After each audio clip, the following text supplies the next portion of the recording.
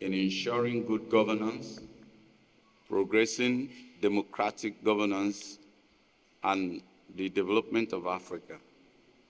And today's World Press Conference, we'll be looking at two important issues. Why did we invite you here? First, we know that recently we had elections in Nigeria. The election has come and gone, but we are not over yet with the outcome. Secondly, recently we had an incident in Niger Republic, and it is a current affair. And as members of the African community living abroad, with presence across the African continent, we want to lend our voice to these issues. But before we go on, first on the agenda, as I mentioned, is about the elections and the ongoing election petition at the Election Petition Tribunal. It is important that I mention to you first that this press conference is to give voice to the letter that have already been sent to the Election Petition Tribunal. And I want to also mention that apart from the Election Petition Tribunal, there were organizations and institutions that were also copied. That includes the Chief Justice of Nigeria, the President of the Court of Appeal, the National Judicial Council. So before holding this press conference today, this has been sent to them and this was properly acknowledged.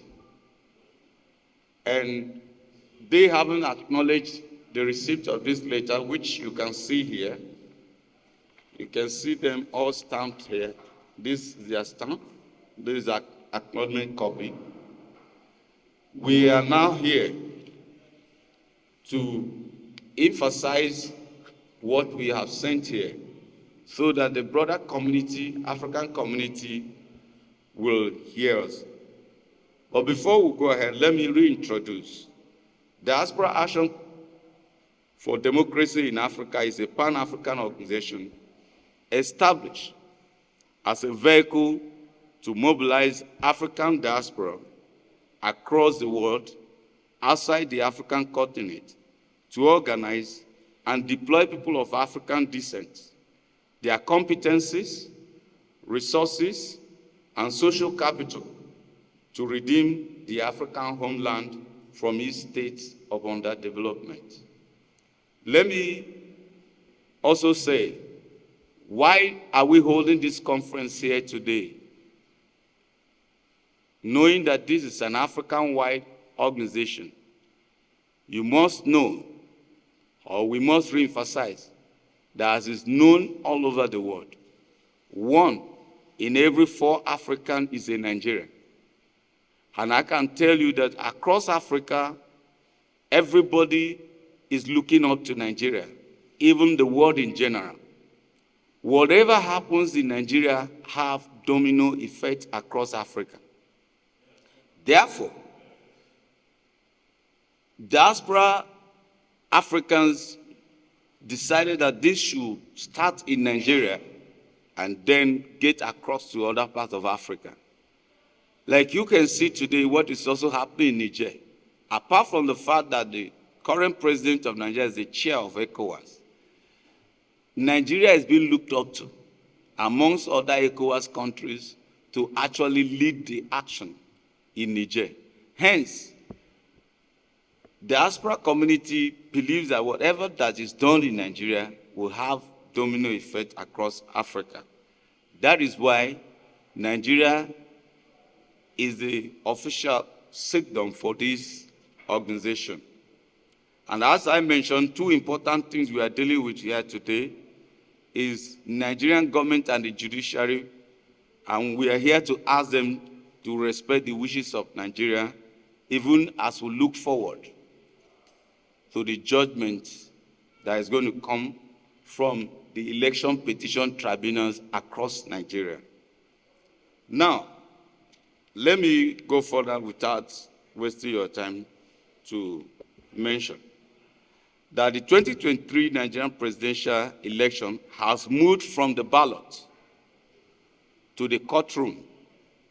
The results from Nigeria's general election were under scrutiny in May 2023 as court considered several of the petitions we have in these petition tribunals from the state to the federal. It is important to emphasize that even in the Electoral Act, the election is inconclusive without this process that is ongoing right now. We all know that the election petition tribunals are part and parcel of the elections. If the Constitution were to be rejected, we are not supposed to have governors, members of the National Assembly, or anybody install the president until this process is exhausted. But coincidentally, where we are now in our trajectory, political trajectory, this process is included, yet somebody has to be installed so there won't be no vacuum. Hence, we have some people at the National Assembly whose cases are the tribunal, people who are sitting as governors whose cases are the tribunal, and somebody overseeing Nigeria as a president who is still at the presidential election tribunal. That notwithstanding, it is important now to know that the presidential election tribunal particularly, whose outcome will have stronger effects on Nigeria's democracy and governance, has become a subject of attention. And recently, as we can see, there are ongoing campaigns, all eyes on the judiciary, of which, as of day before yesterday, we have seen an attempt to muzzle out that voice. But we must say that we find it challenging that in a democracy which emphasizes free speech, that citizens saying that all eyes on the judiciary should be a subject which will be, alluded to be a suggestive idea for anarchy. It is surprising that those who believe in the tenets of democracy are actually opposed to freedom of speech to the extent that the citizens say that all eyes are on the judiciary has become a subject for which some people have been termed anarchists. But that is unfortunate. But we're here today to say that we believe strongly that the judges know that in the history of Nigeria, no other election tribunal has raised the consciousness of Nigerians more than the 2023 presidential election, which they are currently presiding over. We have seen tribunals, we have seen election adjudicatory processes in the times past. But I will tell you that no other time in Nigerian history has it been this consensus. Now, many Nigerians, both home and abroad, and even beyond Nigeria, in fact, if you watch some foreign media, till tomorrow, they are subject of social discourse. As of Sunday, we had a very prominent former British member of parliament, George Galloway, having a world media platform where Nigeria's democracy and the ongoing tribunal was discussed. That's to tell you that, unlike before, Nigeria has become a subject of international attention strongly. Hence, the judges at the presidential tribunal knows that like no other time in Nigerian history, it has become a subject of interest, and this is one of the things we want to emphasize. Arising from the discussions we have had with so many Nigerians and also other Africans, because as a diaspora organization covering the entire Africa, and Nigeria being a country whose activities have dominant effect across Africa, whatever happens in Nigeria has become a subject of great interest to us. So having discussed with Nigerians, having had these various interactions, because if their verdict fails to satisfy the requirements of justice, it may detonate the youth in Nigeria. We have to emphasize that. And this is why we are paying attention, and we are also using this opportunity before anything goes wrong to call the attention of everybody to that. Hence, we agree with one of the authors in this ongoing subject, Reverend Father John Ode, who wrote, and I quote, "The lessons we can learn from the NSAS protests and the 2023 election is this: when the people are pained and pinned against the wall of despair, when they are unjustifiably compelled to be poor, miserable, and hopeless, when they are systematically denied of their sources of decent living, when they can no longer trust their leaders, when they have justifiable reasons to be angry, when they cannot trust the police as the guardians of the law and order, when the law that should be their last hope turns around to become their worst enemy, with the result that they cannot trust the justice system, and finally, when the nation itself ignores justifiable rage of the neglected younger generation, as it happened during the NSAS protests of October 2020 and during the electoral savagery of 2023 elections, there is the threat of some violent implosion or explosion unless the situation is redressed. Therefore, we need to emphasize that Nigerians have been patient because they believe in the rule of law and because they understand that even the election petition tribunals are part of the electoral process. And in exhausting these processes, they want to see justice. Nigerians cannot continue to be taken for granted.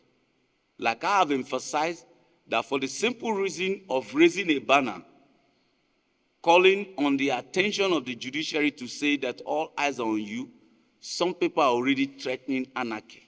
You can't guard the people in a democracy and claim to be a democracy. And we want to emphasize that today. The judiciary is the only institution that has all it takes to save this country from the threat of implosion. All eyes have been on the judiciary because of Nigeria's respect for the rule of law.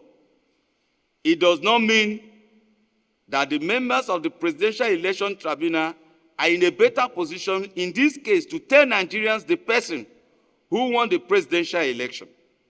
Nigerians do not wait for the court to tell them the winner of any election.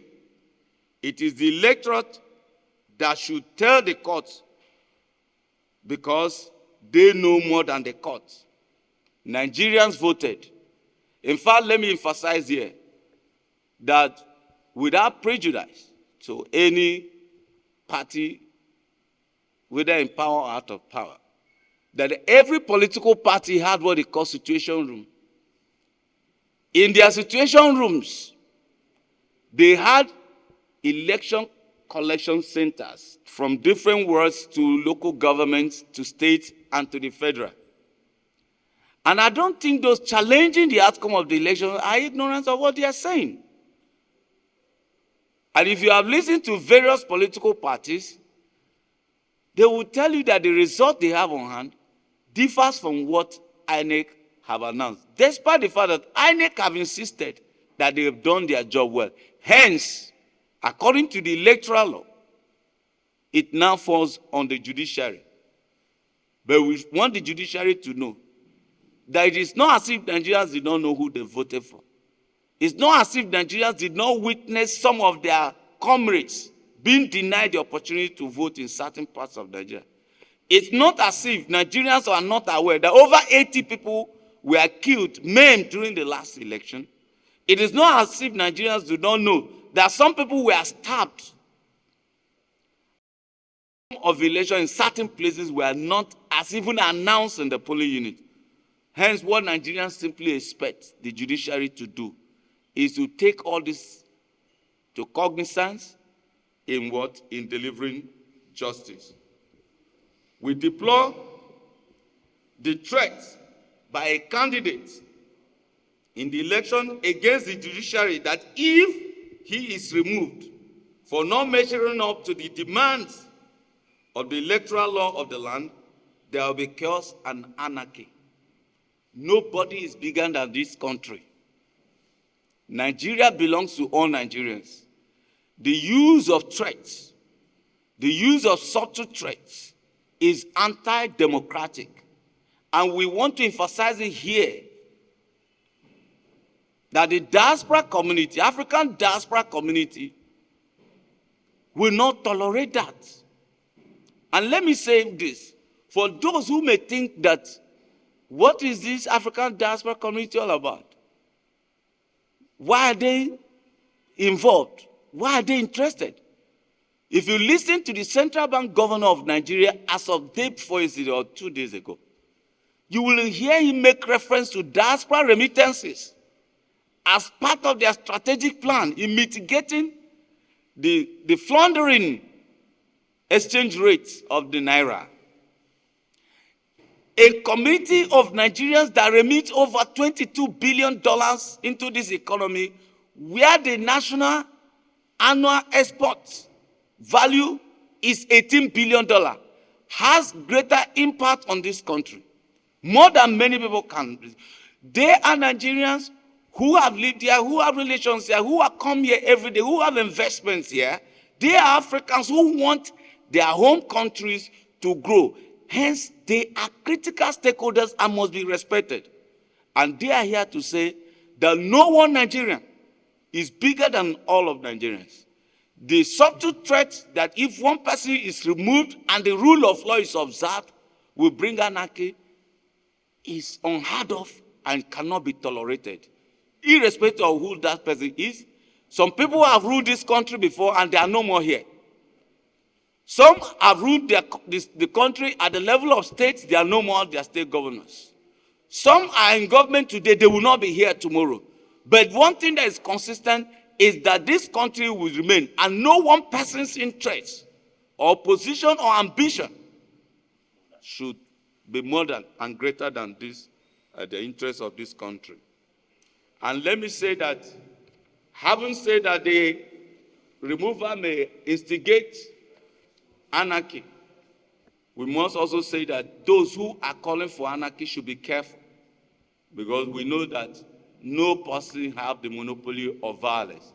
As much as we recognize that today, on various social media platforms and media, we have seen some of the unwitting talks, please emphasize, unwitting talks, who have been supporting some of these candidates, given opportunity to appear in the villa and given opportunity to speak on issues concerning Nigeria. Some of these people, non-state actors, have threatened other Nigerians on behalf of some of these candidates. And we are in a democracy. And I guess these are some of the things that are given impetus to the statement that if some people are removed, there will be anarchy in the land. But we want to remind them, as I said earlier, that Nigeria is bigger than anybody. and no Nigerian is greater than anybody. Diaspora Action for Democracy in Africa wants the world to know that that will not be tolerated. In a nutshell,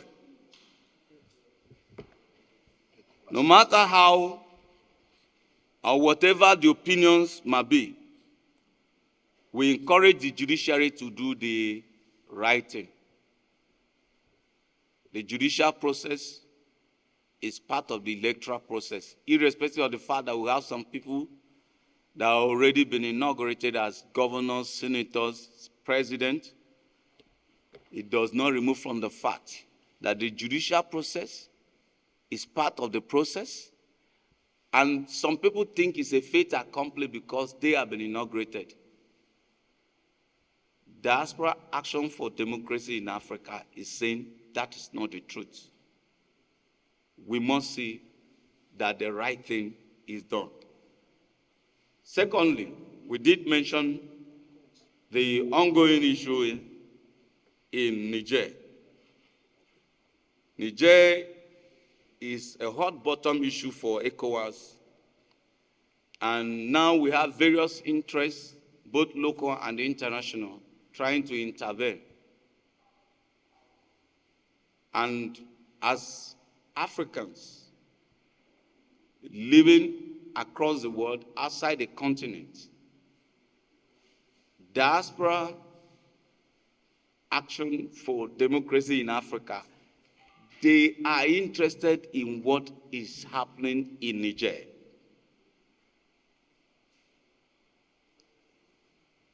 Because today, the crisis that started in Libya have ravaged the entire Sahel and may actually have been intrinsically involved in the crisis in Niger today.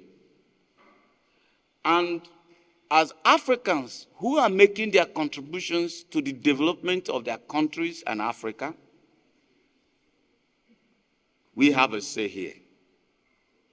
And this is why we're saying that the regional leaders indeed have had their emergency meetings, and President Tinubu, being the chair of ECOWAS, have also made the world to know what is on the table, including the use of military force, and has actually spoken about a standby force by ECOWAS as one of the options on the table. We all cherish democracy. Diaspora Action for Democracy in Africa believes in democracy, actually wants democracy. But when we have interactable issues like this on our continent, the ways and measures we take to deal with them, to ameliorate the situation, is critical. We already have many conflicts in different parts of Africa. That is what stunting development, undermining growth, and also bringing economic hardship from Libya to Sudan, to Mali, to Burkina Faso, to Niger, even to Nigeria. And if you look at the trajectory, before the year 2003, 2004, there were less than 15% incidents of terrorist attack in Africa. But in fact, since after the fall of Libya and the ongoing crisis in Libya, you have had more than 2,000 terrorist attacks on the continent of Africa. What are the issues that are prelude to this matter? Some of them were as a result of the political crisis in some of the African countries that were not managed well. When we had issue in Libya, and the issue in question was about how to institutionalize democracy, rather than go through the diplomatic means, Africans allowed foreign interests.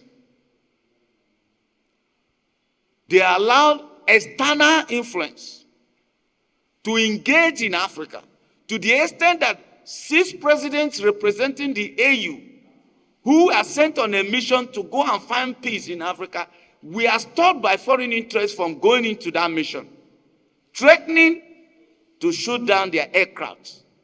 And that is very absurd in the 21st century. Diaspora Action for Democracy in Africa, coming from this background and of knowledge, hence wants to emphasize there is need to please emphasize and maintain the use of diplomacy in trying to settle the issues in Niger. There are a lot of intricate issues involved. Even right here in Nigeria where we're seated, Nigeria shares over 900 miles border with Niger, with so many of those who constitute a large population of Nigerian population having relations in Nigeria. A crisis in Niger will affect Nigeria. A crisis in Nigeria will affect West Africa. A crisis in West Africa will affect Africa. As much as Diaspora Action for Democracy in Africa wishes for the restoration of democracy in Niger, we want to emphasize that it is a very high-risk issue. In wars of Paul Judgement, an ECOWAS and AU conflict resolution consultant, he said, and I quote, "Apart from the possibility of a military confrontation escalating into a catastrophic war and the consequences of military intervention in the complex environment can be better imagined than experienced." When it happened in Libya, a country that had been a prosperous nation for over 30 years, at that time, emotions were high, reason were low. And eventually, the intervention have brought that country to its knees today and is affecting the whole of Africa. Today, we can see the proliferation of light arms and weapons across the Sahel, even affecting the biggest economy in Africa, being Nigeria. Therefore, regardless of the position taken by various parties that have direct and tangential interests in Niger, primacy must be given to dialogue and diplomacy towards a resolution with minimal disruptive impact on Nigeria and the West African region. Whereas ECOWAS authorities have indicated that they remain open to various conflict resolution options, diplomacy should remain the overreaching imperative in resolving the potential crisis. The people of Niger must be allowed, via their national institutions, the opportunity to revert quickly to a representative democracy, while ECOWAS must seek to discourage the spread of military dictatorship in West Africa.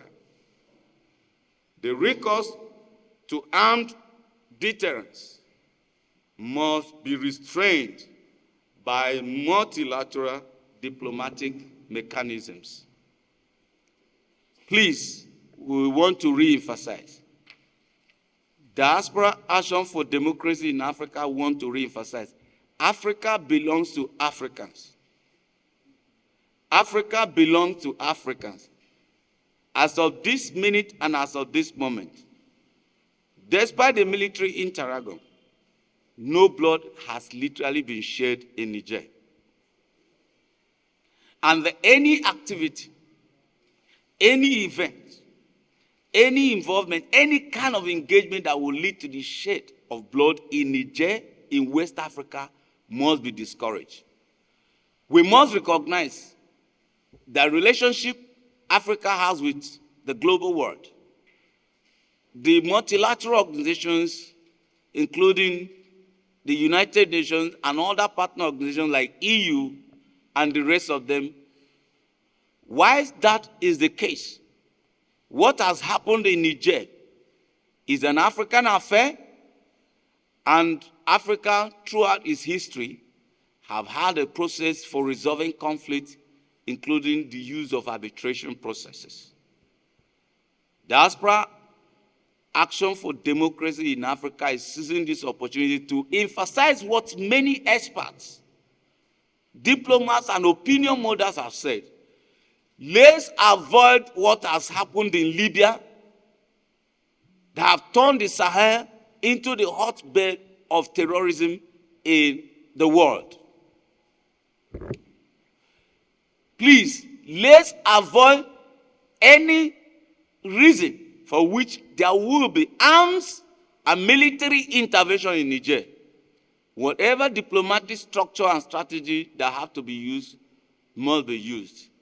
Again, in conclusion, this press conference, as I told you, especially regarding the Presidential Election Petition Tribunal, before this press conference, we had already sent a letter to the tribunal, and this letter where we copied some institutions and representatives of some national institutions that have anything to do with it, including the CJN, NJC, and others alike.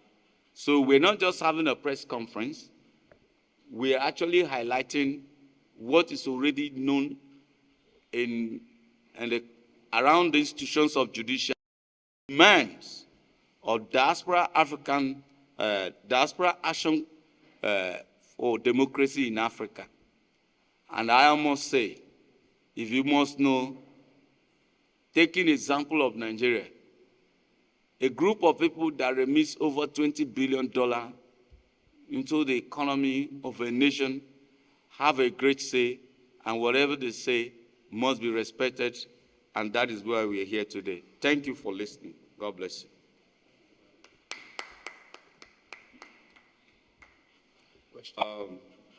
The first question was as to why the organization Diaspora Action for Democracy in Africa